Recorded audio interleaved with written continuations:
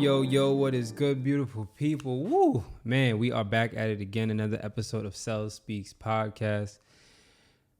Life has been lifing, but you know what? I'm determined that no matter what, I'm going to do my best to be as consistent as possible. And so life did kind of, trip me up a little bit, but I'm back. It's not even the point. Listen, we right back at it. Listen, if you haven't already, please like, subscribe, share with your group chat. This is about to be a good episode. The whole focus of this episode is opinions, right? And it's like such a broad topic, and I'm going to tell you kind of what inspired it. So I was just kind of, roaming on Facebook, and I just seen somebody have a negative opinion about a composer, musician, however you want to label him.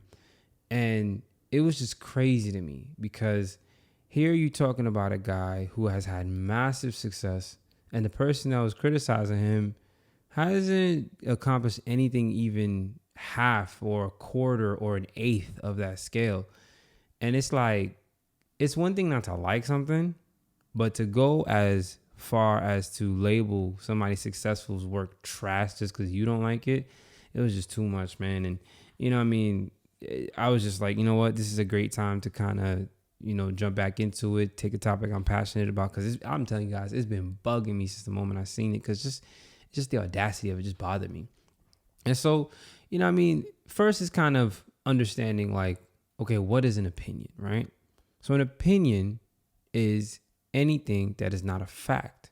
So for example, right now, the lights are on. That's a fact, right? My lights are on. You can visibly see that they're on. Now, if I were to say the light is bright or it's dark, now that kind of becomes an opinion. Now, could it be a correct opinion? Could it be a wrong opinion? Give or take. It's all about the evidence that you have to support your opinion. But the fact is that it is bright. If I were to say the AC is on, if the AC is on, that is a fact. Now, to say it's really cold or it's really hot, that's an opinion. Anything that's based on your perspective or anything that is based on how you feel about something is an opinion, right? If someone were to say, oh, that dress on her is too tight. Well, depending on who's looking at the dress and their experience, right, they could feel differently. But if you were to say that's a black dress, though, that's just, an opinion. I mean, a fact.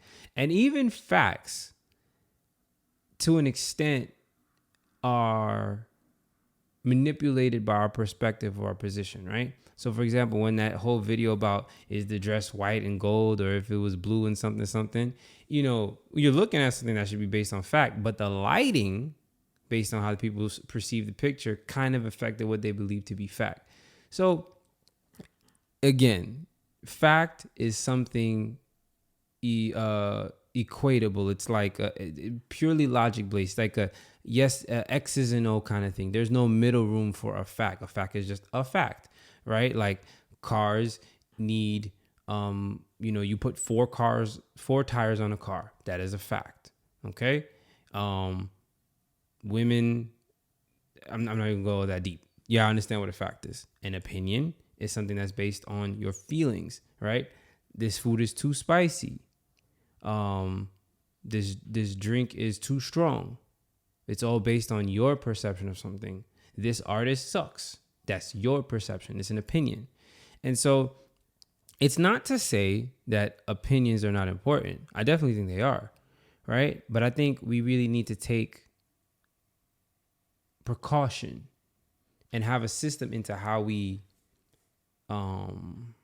ingest opinions, right? Because the problem is that depending on who's saying what to you, it can be very destructive. So, for example, you look at many athletes, Michael Jordan, cut from his basketball team. His coach told him that he wasn't a good basketball player, right? And then he ends up being one of the greatest. So now in this situation, you're not a good basketball player. It's an opinion. It's an opinion. And now it depends on who's saying that thing, right? You look at Kevin Hart. He was telling jokes.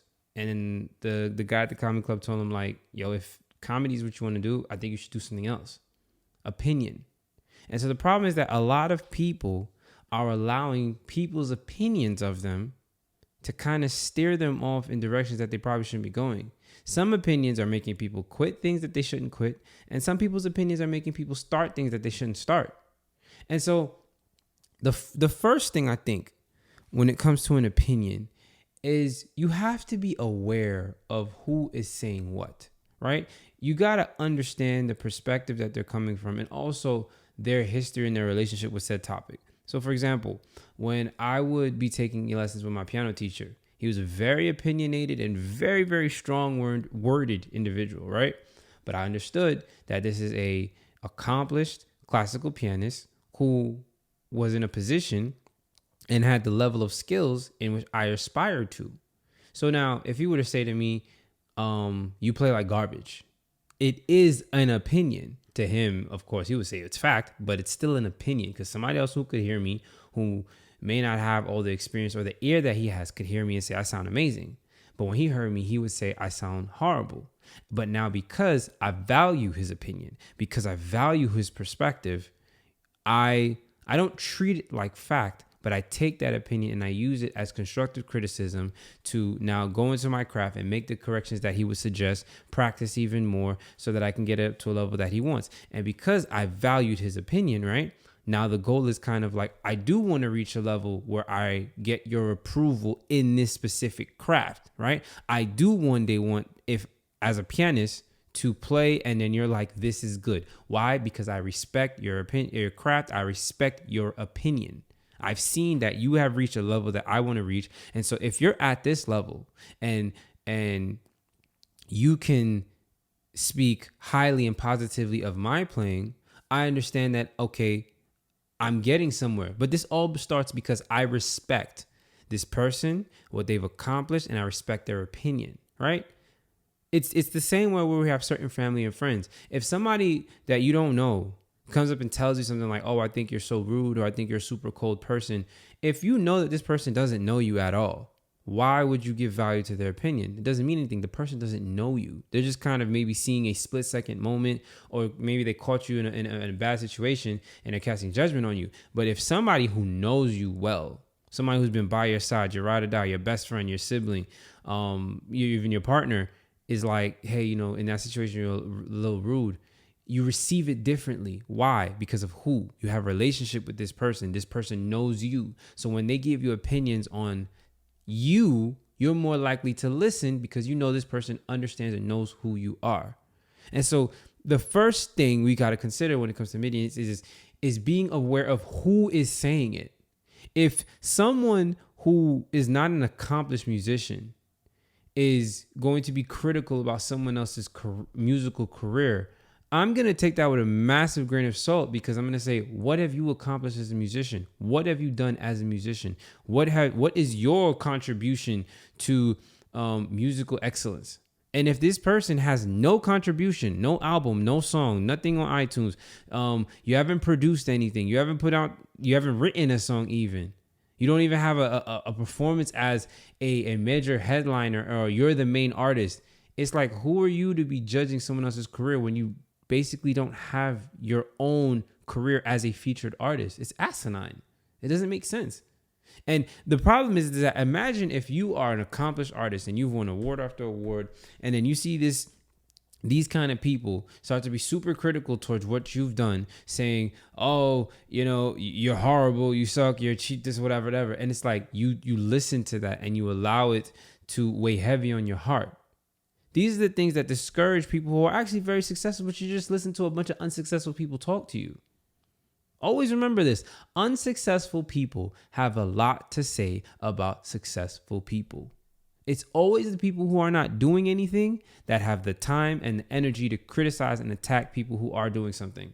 Haven't you ever come across those people who have a problem with everything but a solution for nothing? These are the exact kind of people that you got to be a little wary of, because anything that you do, they're going to have a problem with it. And what makes it even better and kind of safer for them is they don't put anything out. They don't produce anything. So they stay in a position where they're able to criticize everyone, but because they don't put anything out and they don't produce anything, no one can ever criticize them. So in essence, it's the perfect situation to be in. You criticize everybody who's actually doing something, but no one can criticize you because you don't do anything. And it's those type of people who actually feel like their opinion means the most, because maybe they did a little bit of schooling here, or they did little bitty things here, and then they suddenly feel high and mighty and higher minded than everyone else. You see this a lot in the musical community. And I mean, I'm pretty sure it's across the board in a bunch of things, but like I see it a lot, especially when you're looking at like classical musicians or musicians that went to college and how they relate to, like more musicians who play by ear, gospel musicians or musicians who didn't necessarily go to school. They tend to have like this I'm better than mindset. And I'm on both sides. I've been to school, but I also can play a mean piano by ear. Like I never get caught in that because I see the advantages of both sides. And I don't ever think one side should feel like they're better than the other. Both sides have advantages and disadvantages. But it's like, what have you accomplished? Even if you're someone who primarily self-taught, play by ear, okay, your accomplishments will be evidence for whatever position that you have, right? So again, it goes back to who is saying what. You know what I mean? If you look at like the Corey Henrys, the Adam Blackstones, the Glenn Gibsons, these are guys who are monsters at the instrument. And to my knowledge, as I know right now, didn't go to school for music, but they're super accomplished. And then you have guys who have gone to music who haven't done anything, who are critical of these guys. And it's like, how could you, who just went to school for 4 years and got a degree, be critical of someone who's toured the world and who's a household name and who's actually really good at what they do, just because they didn't get a degree? And it's like, you just see that across the board in so many things. And that's why it just bugs me so much, because it's like I use Tyler Perry, for example, and I posted this on my Facebook. What I loved was that I've seen across the years, everyone be hypercritical of Tyler Perry and his movies. And they say it's the same themes, it's this, it's that. And I get it, you know what I mean? In some of them, I agree with them. And I guess you could argue it's valid, I guess, if that's what you want to say. But you know what I love about that whole thing is, despite all the criticism, despite how anybody may feel about what his stuff is, the man is a billionaire. I think he's a billionaire. I'm pretty sure he's a billionaire. If he's not a billionaire, he's really, really close. And so what does that tell you? Like, you look at Taylor Swift, and a lot of these same musicians I was talking about talk so downly of her, and she's this, and she's that, and she makes horrible music, and Ed Sheeran is this, and they have so much to say. And it's like, but you're talking about people who are at the top of their fields. And I'd understand if you had a level of success like Taylor Swift, and as a contemporary, as a colleague, you were criticizing what she's done. But you don't have one song out, not one album. You haven't produced anything, and you get to be so critical. And it's like, people can't understand the difference between you have a preference and disregarding or discrediting someone's entire body of work. What I mean by that is, someone can cook spicy food. Let's say I don't like spicy food. And when they make the food, I eat it and I say, I don't really like this. Or, the food wasn't good. It's a difference to say your food is trash, as opposed to say, I didn't really like that food. I didn't like that meal. Because someone else can try it who doesn't have a problem with spicy food and love it. But me, who may not like spicy food, I hate it. But to tell the person that your product or your what you presented is trash, it's garbage, it's like, as long as you just understand it's a preference. You can't be out here just labeling people's body of work. And then what makes it even worse is, let's say that the person that you're talking about is a person who actually is an accomplished chef. And I mean someone who has cooked for many, many people, won numerous awards, has world acclaim as a chef. I'm not going to be like, you're a horrible cook. I'm going to be like, look, what you made, it's not for me. It's personally not my style. It's personally not my flavor. You're great at what you do, but what you do just doesn't fit me. And I think this is the point I want to really, really bring home for everybody who's watching and listening right now. You have to understand that, one, everybody out there is not for you. Every song on the radio, every piece of clothing that you try on, every food that you try, every movie that you see is not for you. Some are for you, some are not. You are not every single person's audience. So what does that mean? It means that there are some things that you will experience and take in that you will absolutely love. And you will speak so highly of it. Oh, this is the best thing on the planet because it was made for you. It was for your audience. It was made for your demographic. But there are also going to be things that were not created for you. Like, I love Miss Rachel, right? She's a young lady that, does programming for young children, and it's perfect. My kids love this stuff, right? I like it too, but I also understand I'm not her target audience. So when I listen to the guy playing piano and stuff like that, I could easily say, oh man, he's playing so simple. He should drop this chord or whatever. But I'm wise enough to understand his playing is not for me. It's not for my audience. It's not for skilled musicians who have been playing piano their whole life. It's for children. So when you're playing super simply and basic rhythms and stuff like that, it's okay because it's not for a elite musician audience. It's for kids. And so I would be ignorant to be like, wow, he's a horrible piano player because I'm watching him in a setting playing for children. You have to have wisdom to understand that certain things are made for certain audiences. And so in the same way that not everything is for you, you also have to understand that you're not for everyone. And this becomes super important because if you're accomplished at your craft, and what I mean by accomplished is that you've worked hard to get better at it. You put the time to improve. You put the time to fine tune. You have worked to be the best version of yourself that you could be. And that's exactly what I mean by accomplished. Like you do this. You do this. You can make a living singing, playing, doing art. Like people value and will pay you good money to do what you do, right? You're accomplished. And so if you're accomplished, you have to understand that no matter what it is that you do, some people will love you and some people will hate you. Some people will love your music and feel like you are the next greatest star. And other people will feel like you're horrible. Some people will see your clothing and be like, wow, you're the next greatest fashion designer. And others would be like, your stuff is trash. And if you allow these opinions to deter you and make you stop in your tracks, you will be robbing yourself of the success and the destiny that you have waiting for you. And you can't allow that. You have to constantly remind yourself that you're not for everyone, but you are for someone. So what does that mean? It means you need to find who your audience is. Maybe your audience is children. Maybe your audience is just men.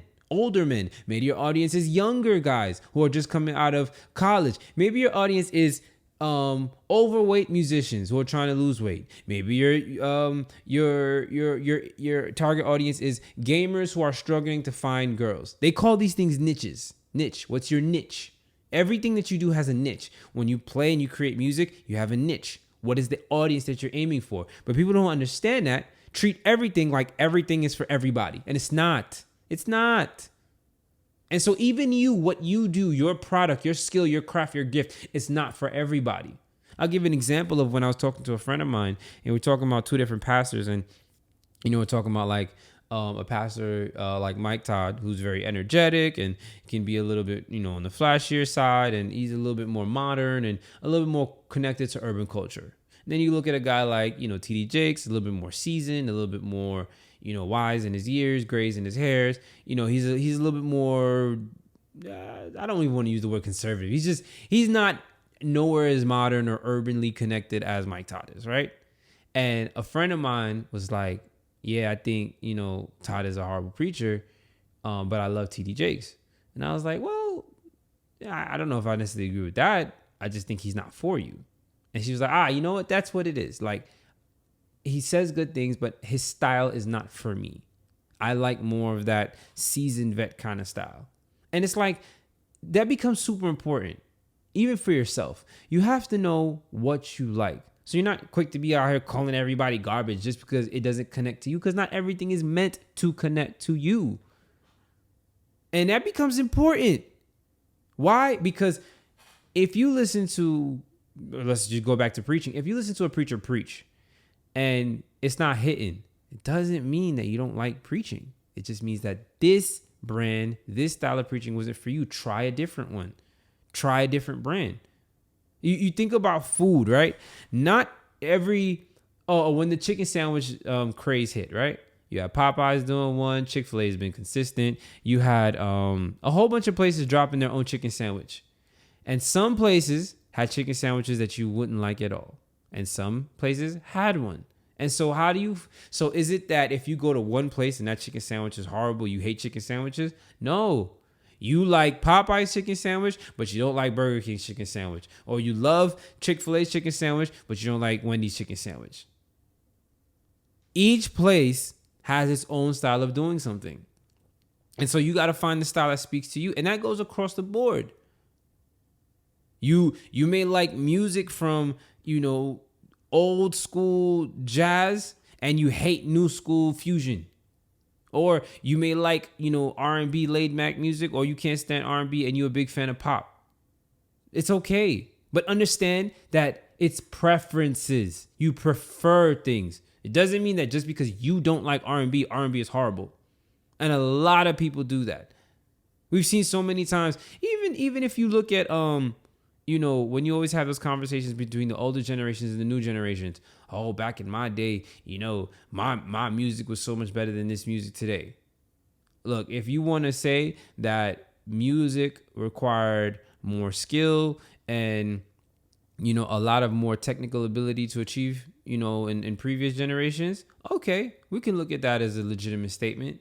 But that's because that's what that audience needed. That's what that audience needed. And the audience today needs something different. And it's not to say that, and I used to feel that when I'm going to tell you why I don't. It's not to say that all today's music today is stupid. It's not necessarily the case. It's not. It's just different. And what does that mean? So back in the day, I used to not be a Cardi B fan because I just felt like, oh, her music is this and it's so simple, it's that, whatever. And I just wasn't a fan of it. And you know when that changed for me? When I was doing my 12 Days of Christmas album, and each day I was doing a different song in a different style. So one day it was more classical, one day it was more jazzy, one day it was like a different concept. I did an Afro beats joint, and then I tried to do a trap song. I did. Frosty. Yeah, Frosty, Day 7. Check that out. My Christmas album is called The 12 Days of Christmas by Jean-Pierre Jr., and it's Day 7. So if you just look up Day 7 Frosty by Jean-Pierre, you'll find it. And I'm telling you, I was trying to do this trap record, and it wasn't easy. And it was very challenging. And I respected it, and I realized, oh, wait, it sounds easy. Looks easy. Try to do it, though. And that becomes my main stance. It's very easy to criticize people when you're not trying to do what they did. It's very easy. Because you're hiding behind a wall where you don't do anything, so nobody can criticize what you even do, but you criticize everything else that everyone else has done. And when I tried to make a trap record and I saw that it's actually not as simple as you think. It seems simple. It sounds simple. But when you actually try to do it, it's a lot more nuanced than you think it is. To actually make a good trap record that sounds good, that connects to the people, that connects to the audience, that is bopping and feels right and don't come off corny or cheesy, that actually requires work. And so my challenge to the people out there who be super critical, if you want to send this to somebody who always got something to say, try to do what it is that you're so easy to hate. The artists that you are always knocking and they're horrible and they're this, try to make music like them. Try to do it. And if you can do it and achieve it, then you know what? Your opinion has a little bit more weight to it. Doesn't mean it's the end all be all, but it has a little bit more weight because at least you can do it. At least you can do it for yourself. But if you can't even do it and you're not even willing to attempt, man, that's a lot to say for someone out there who's not even doing nothing on their own. So I'm not going to hold you guys long, man. Listen, for you guys out there who's doing stuff and people who out there being critical to the things that you're doing, again, always remember, you're not for everybody. You're not for everybody.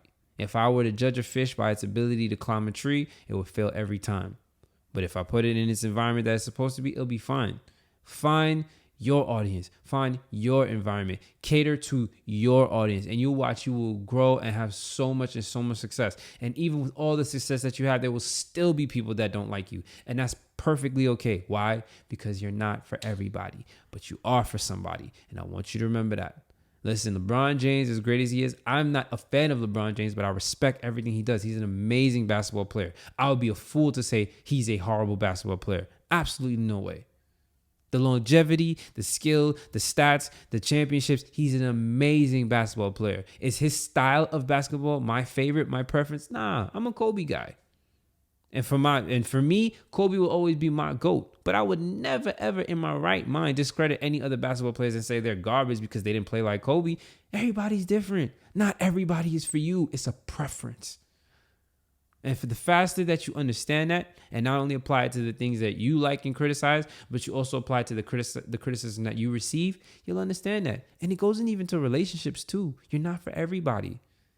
Everybody says they keep trying to be with people, and the person's always hypercritical of you, and you do this and you do that, and it's like you're trying to fit into a box that someone has for you instead of just being yourself and understanding like, yo, if you got this many issues with me, I'm just not for you. Who I am is not for you. And that's just what it is. You're not for everybody. And you will feel so much better when you're around the people that you actually are for. When you're around the audience that values you, the people that love you and love what you bring to the table, oh, it will feel so much better. That's what they say. Go where you're celebrated, not tolerated. And sure, should you try to expand your audience? Absolutely. But always at the end of the day, remember, you're not for everybody, and people's opinions are just opinions. They do not determine your success, and they shouldn't slow you down. So I'm not going to hold you guys long. I thank you guys for tuning in. We're going to keep on rocking. We're going to keep on pushing. It's been another fun episode of SelzSpeaks. Peace out.